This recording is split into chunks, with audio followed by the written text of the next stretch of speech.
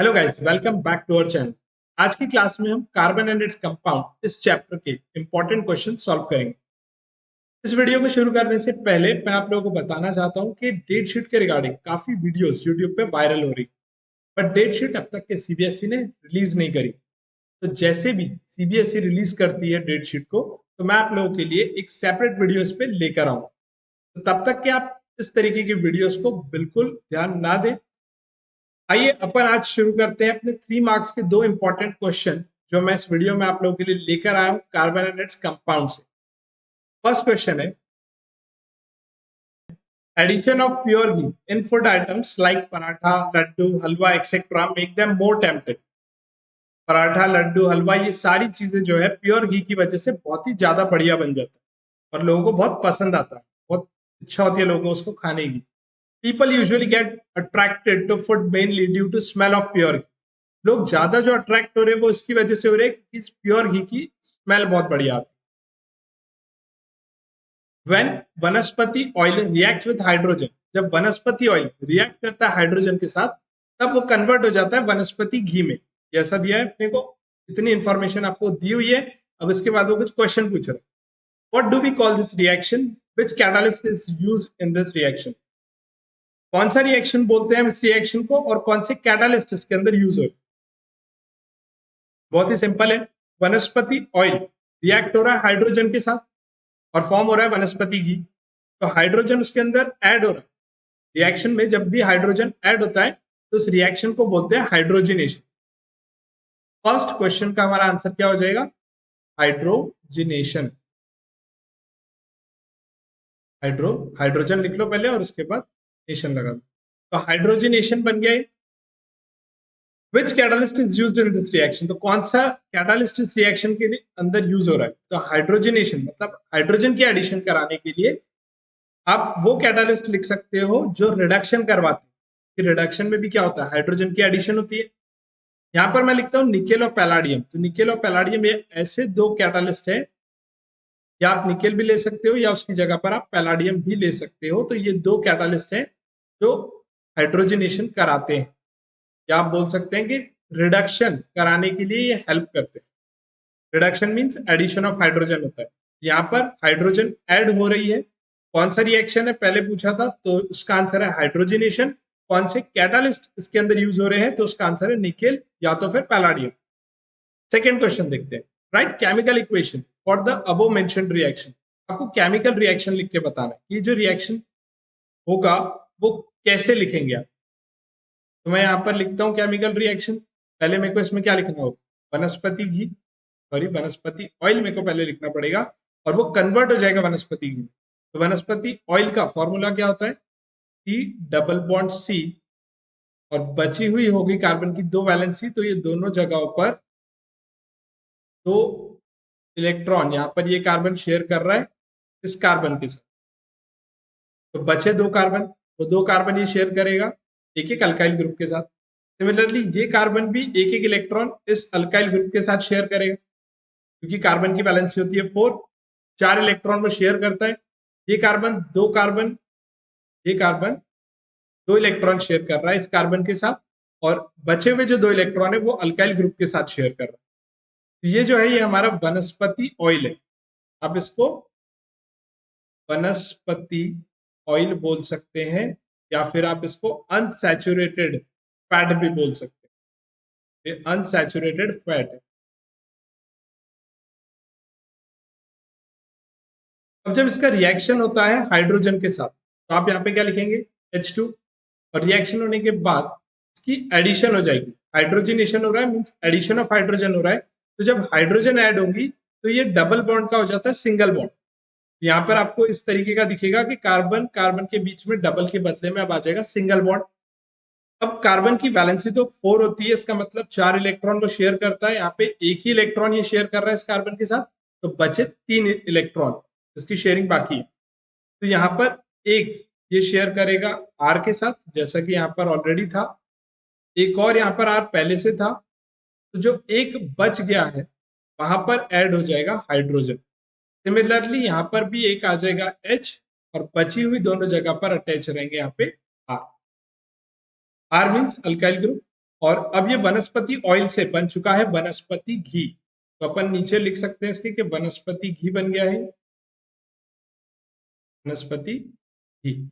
और अगर इसको आप बोलेंगे साइंटिफिक मेथड में, या साइंटिफिक अगर आप इसका नाम अगर बोलते हैं तो आप इसको सैचुरेटेड फैट भी बोल सकते हैं, क्योंकि अब ये सैचुरेटेड हो चुका है, डबल का सिंगल बॉन्ड हो चुका है। अगर डबल बॉन्ड होता तो अनसैचुरेटेड, और सिंगल बॉन्ड आ गया इसका मतलब कि सैचुरेटेड हो गया, मतलब इसमें और एडिशन पॉसिबल नहीं है, ये सैचुरेटेड फैट बन चुका है। इसके प्रेजेंस में रिएक्शन हुआ है, तो यहाँ पे निकेल के प्रेजेंस में रिएक्शन हुआ है, तो आप यहाँ पे निकेल एज अ कैटालिस्ट भी लिख सकते हैं। आप यहाँ पे निकेल कैटालिस्ट, इसके प्रेजेंस में रिएक्शन हुआ है और हाइड्रोजन इसमें ऐड हो गया है, वनस्पति घी फॉर्म हो गया है। ये हो गया हमारा सेकंड क्वेश्चन का आंसर। थर्ड क्वेश्चन है, why this reaction of vegetable oil said to be an addition reaction. तो एडिशन रिएक्शन क्यों बोलते हैं?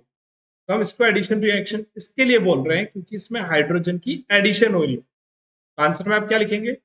Reaction of vegetable oil is said to be an addition reaction because hydrogen is added into vanaspati oil to form vanaspati ghee, which is saturated fat. इस तरीके से आप इसका answer कर सकते हैं। बढ़ते हैं अब इसके बाद नेक्स्ट क्वेश्चन की तरफ। उम्मीद है आपको ये क्वेश्चन पूरी तरीके से समझ आ गया होगा। सेकेंड क्वेश्चन पे बढ़ते हैं। नेक्स्ट क्वेश्चन है, Sunita wrote the chemical formula for an organic acid X as C2H4O2। Sunita ने केमिकल फॉर्मूला लिखा है C2H4O2 और इसको X से वो रिप्रेजेंट कर रही है। It is a liquid that frequently freezes during the winter in cold countries. ये अक्सर फ्रीज हो जाया करता है कोल्ड कंट्रीज में विंटर के दिनों में। When she warmed it, जब इसने उसको हल्का सा गर्म किया, with ethanol while adding a few drops of concentrated sulfuric acid। जब इसने उसको हल्का सा गर्म किया इथेनॉल के साथ और कुछ ड्रॉप्स उसने प्रेजेंस लिया सल्फ्यूरिक एसिड का, कॉन्सेंट्रेटेड सल्फ्यूरिक एसिड का, and results in the formation of sweet smelling compound Y. तो एक ऐसा कंपाउंड बना जिसकी बहुत स्वीट स्मेल आती। तो अपने को एक ऐसा कंपाउंड बताना है जिसकी स्वीट स्मेल आती हो, किसके साथ रिएक्ट होने के बाद? इथेनॉल के साथ रिएक्ट होने के बाद। किसके प्रेजेंस में रिएक्शन हो रहा है? तो कॉन्सेंट्रेटेड सल्फ्यूरिक एसिड के प्रेजेंस में रिएक्शन हो रहा है। फर्स्ट क्वेश्चन बोला इसके बाद, आइडेंटिफाई एक्स एंड वाई। आपको एक्स और वाई को पहचानना है, ड्रॉ देयर स्ट्रक्चर, साथ ही साथ उनका स्ट्रक्चर भी ड्रॉ करना। तो अपन यहाँ पे एक्स को पहचानने के लिए आपको याद करना पड़ेगा कौन सा ऐसा कंपाउंड है जिसका फॉर्मूला C2H4O2 होना चाहिए और ये जल्दी से फ्रीज हो जाना चाहिए कोल्ड कंट्रीज में। ये होता है ethanoic acid. Ethanoic acid formula अगर नहीं भी आता हो तो देखो आप टाइम पे भी प्रिपेयर कर सकते हो। कार्बोक्सिलिक एसिड का फॉर्मूला होता है COOH, मतलब अगर ये कार्बोक्सिलिक एसिड है तो उसका फॉर्मूला हमेशा आखिरी में आपको COOH मिलेगा ही। और इथेनॉइक एसिड है तो इथेन में 2 कार्बन रहते हैं, तो इथेनॉइक एसिड में भी 2 ही कार्बन होंगे। एक कार्बन यहाँ पे COOH में ऑलरेडी एक आ चुका है, तो बचा एक कार्बन और चाहिए। यहाँ पे आप डैश लगा के एक कार्बन और लगा दो। कार्बन की वैलेंसी होती है 4, यहाँ पर ऑलरेडी एक अटैचमेंट हो चुकी है, बची 3 अटैचमेंट। तो जो 3 जगह पर इलेक्ट्रॉन एक एक कार्बन अपने शेयर करेगा वो हो गया हाइड्रोजन। तो बन गया इसका फॉर्मूला। चेक कर लो, यहाँ पे 2 कार्बन है, टोटल 4 हाइड्रोजन है और 2 ऑक्सीजन है। यहाँ पर भी ऐसी था C2H4O2, तो ये इथेनॉइक एसिड हो गया, इथेनॉइक एसिड। ये एक्स कंपाउंड मिल गया। एक्स कंपाउंड मिलने के बाद आपको वाई भी फाइंड करना है। वाई कैसे मिलेगा? जब इसका रिएक्शन होगा इथेनॉल के साथ। तो इथेनॉल लिख लेते हैं अपन यहाँ पे, इथेनॉल मतलब 2 कार्बन और अल्कोहल, तो अल्कोहल मतलब OH होता है उसके अंदर। तो यहाँ पर हम लिख देते हैं CH3CH2OH। ये बना लिया अपन ने इथेनॉल। इन दोनों का हो रहा है रिएक्शन, और किसके प्रेजेंस में हो रहा है रिएक्शन? तो ये तो अपने को पता नहीं है, सिर्फ इथेनॉल है। इन दोनों का जो रिएक्शन हो रहा है ये हो रहा है कॉन्सेंट्रेटेड सल्फ्यूरिक एसिड के प्रेजेंस में। तो H2SO4 के प्रेजेंस में ये रिएक्शन हो रहा है, और रिएक्शन होने के बाद फॉर्मेशन हो रहा है वाई। तो वाई से यहाँ पे मतलब होगा एक ऐसा कंपाउंड जो स्वीट स्मेल भी देता हो और इन दोनों को कंबाइन करके फॉर्म हो रहा है। तो वो कंपाउंड है इथिल इथेनॉइड। इथिल इथेनॉइड, क्योंकि एक ईस्टर होना चाहिए, क्योंकि ईस्टर में अच्छी स्मेल आती है। तो जब भी आपको स्वीट स्मेल दिखे तो आपको याद आना चाहिए कि शायद वहां पे ईस्टर का फॉर्मेशन हो रहा है। अब यहाँ पे मैंने कार्बन देखा, 2 कार्बन थे इथेनोइक एसिड के, 2 कार्बन थे इथेनॉल के, तो 4 कार्बन का कौन सा ईस्टर बन सकता है? तो इथिल इथेनॉइड बन सकता है। यहाँ पे इथिल इथेनॉइड का मैं फॉर्मूला लिखूंगा।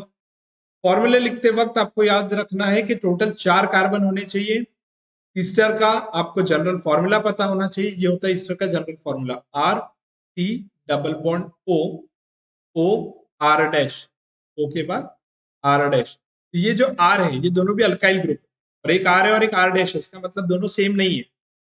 तो अब यहाँ पे सी डबल बॉन्ड ओ तो हमने लिख लिए, यहाँ पे एक साइड में अपन ये लिख लेते ओ और फिर C2H5, तो टोटल 3 कार्बन हो गए। यहाँ पर अब एक कार्बन चाहिए तो यहाँ लिख लेते हैं CH3, तो ये बन गया इथिल इथेनॉइड। आप चेक कर सकते हैं कि यहाँ पर कार्बन 4 होने चाहिए, बैलेंसी पूरे कार्बन की प्रॉपर फुलफिल होनी चाहिए, हर कार्बन की 4 अटैचमेंट होनी चाहिए, ना तो 4 से कम ना तो 4 से ज्यादा। अगर आपने ऐसा भी किया तो फिर आपका वो क्वेश्चन गलत हो जाएगा। साथ में यहाँ पे वाटर भी फॉर्म होगा, तो वाटर के लिए अपन लिख देंगे यहाँ पे H2। रिएक्शन हो गया कंप्लीट। आपको एक्स और वाई आइडेंटिफाई करना था, यहाँ पे हमने ये एक्स आइडेंटिफाई कर लिया था, इथेनॉइक एसिड है, और वाई भी आइडेंटिफाई हो गया है, ये होगा वाई इथिल इथेनॉइड, इसकी स्वीट स्मेल आ रही। और सेकंड में हमको लिख के बताना था chemical equation two describe the reaction, तो मैं ऑलरेडी यहाँ पे केमिकल रिएक्शन लिख चुका हूं। तो ये हो गया हमारा सेकंड क्वेश्चन भी सॉल्व। इस वीडियो में हमने 2 क्वेश्चन सॉल्व किए कार्बन एंड इट्स कंपाउंड के, जो कि सैंपल पेपर बुक से मैंने आप लोगों के लिए लेकर आया था। वीडियो आपको पसंद आई हो तो लाइक करें, मिलेंगे फिर अगली वीडियो में। Till then take care, bye bye.